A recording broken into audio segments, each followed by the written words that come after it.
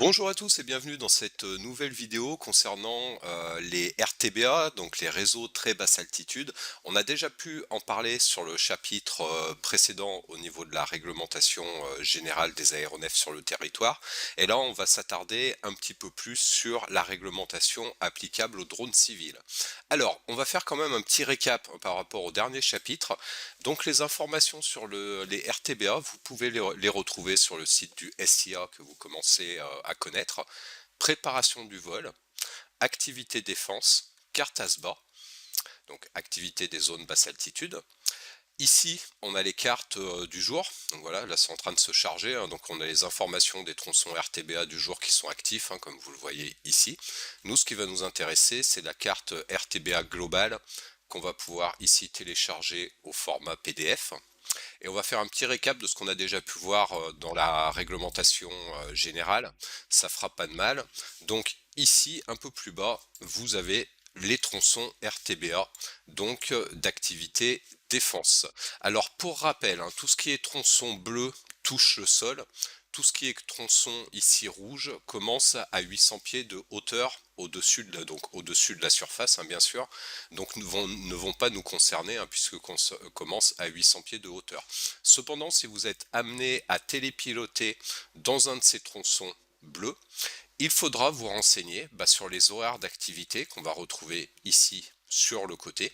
Par exemple, on voit que si on veut télépiloter en R45 A, B, C ou D, le lundi c'est un petit peu plein toute la journée, le mardi on a des activités défense un peu toute la journée, le mercredi après-midi on a moins d'activités défense, le vendredi après-midi on a moins d'activités défense, et on n'oublie pas qu'ici c'est en heure d'hiver, donc en heure d'été on va soustraire 1 aux horaires que l'on peut voir ici.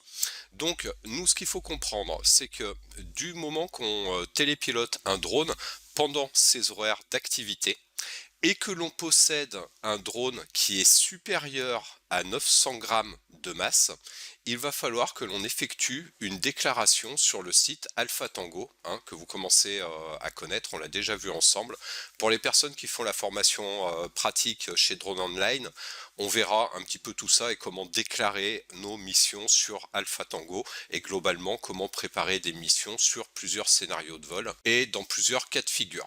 Donc rappelez-vous, hein, si jamais on a un drone qui est supérieur à 900 grammes, ça c'est une législation qui est apparue il y a 1 ou 2 ans, et que notre vol s'effectue entre 0 et 120 mètres d'un tronçon RTBA bien sûr qui est actif, on doit notifier son vol auprès du ministère des Armées dans un maximum de 48 heures à l'avance de la mission, et ce sera fait sur Alpha Tango. Et bien sûr, les notifications donc ne sont pas obligatoires, hein, pour les UAS, donc pour les drones qui ont une masse qui est inférieure à 900 grammes. Ça c'est assez récent, à l'heure du jour où j'enregistre la vidéo, ça a à peu près 1 ou 2 ans. Donc si vous avez un drone inférieur à 900 grammes, en gros, les RTBA, on les prend pas vraiment en compte. Alors il faudra quand même les prendre en compte, ne serait-ce que pour votre sécurité. Mais si vous avez un drone supérieur à 900 grammes, je le répète, déclaration préalable sur le site Alpha Tango dans un maximum de 48 heures à l'avance auprès du ministère des Armées. Pour ceux encore une fois qui font la pratique avec Drone Online, on verra des cas de figure, comment se déclarer dans des tronçons RTBA, en voleur vu, enfin un peu dans tous les scénarios de vol. Donc, petit récap, hein, de ce qu'on avait déjà vu un peu plus profondément dans le chapitre réglementation générale. Ici, rappelez-vous qu'on a des masses, un seuil de masse qui est le seuil de 900 grammes, qui va nous demander, pendant les horaires d'activité des tronçons RTBA, de faire ou non une déclaration auprès du ministère des Armées via le site internet Alpha Tango. Comme d'habitude, Discord, forum à votre disposition, et on se retrouve tout de suite dans la prochaine vidéo.